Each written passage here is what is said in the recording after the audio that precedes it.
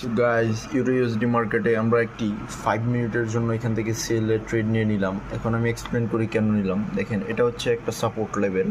Support থেকে বারবার market আবে যাচ্ছে, রেজিস্ট্যান্স থেকে ডাউনে আসতেছে, কিন্তু এইখানে টাচ খাওয়ার পর এই সাপোর্টের উপর যে গ্যাপটা, এই গ্যাপটা হচ্ছে মার্কেট ফিল করতে পারেনি।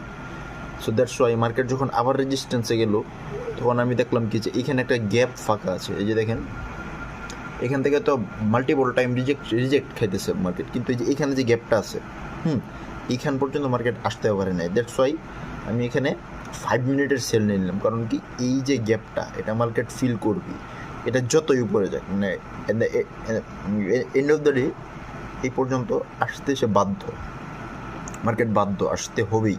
কারণ এই যে গ্যাপ, এটা হচ্ছে তাকে ফিল করতেই হবে। সো আমরা দেখতে থাকি, লাস্ট পর্যন্ত এটা আসবে, ডোন্ট ওয়ারি।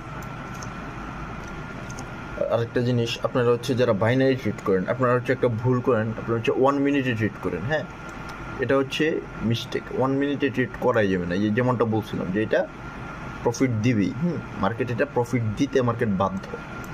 কারণ আপনারা প্রাইস অ্যাকশন শিখেন, লং টাইমে ট্রেড করেন। হ্যাঁ, সো এইরকম হাই কোয়ালিটি যদি সিগন্যাল লাগে, আপনারা টেলিগ্রামে জানান, আমি আপনাদেরকে সিগন্যাল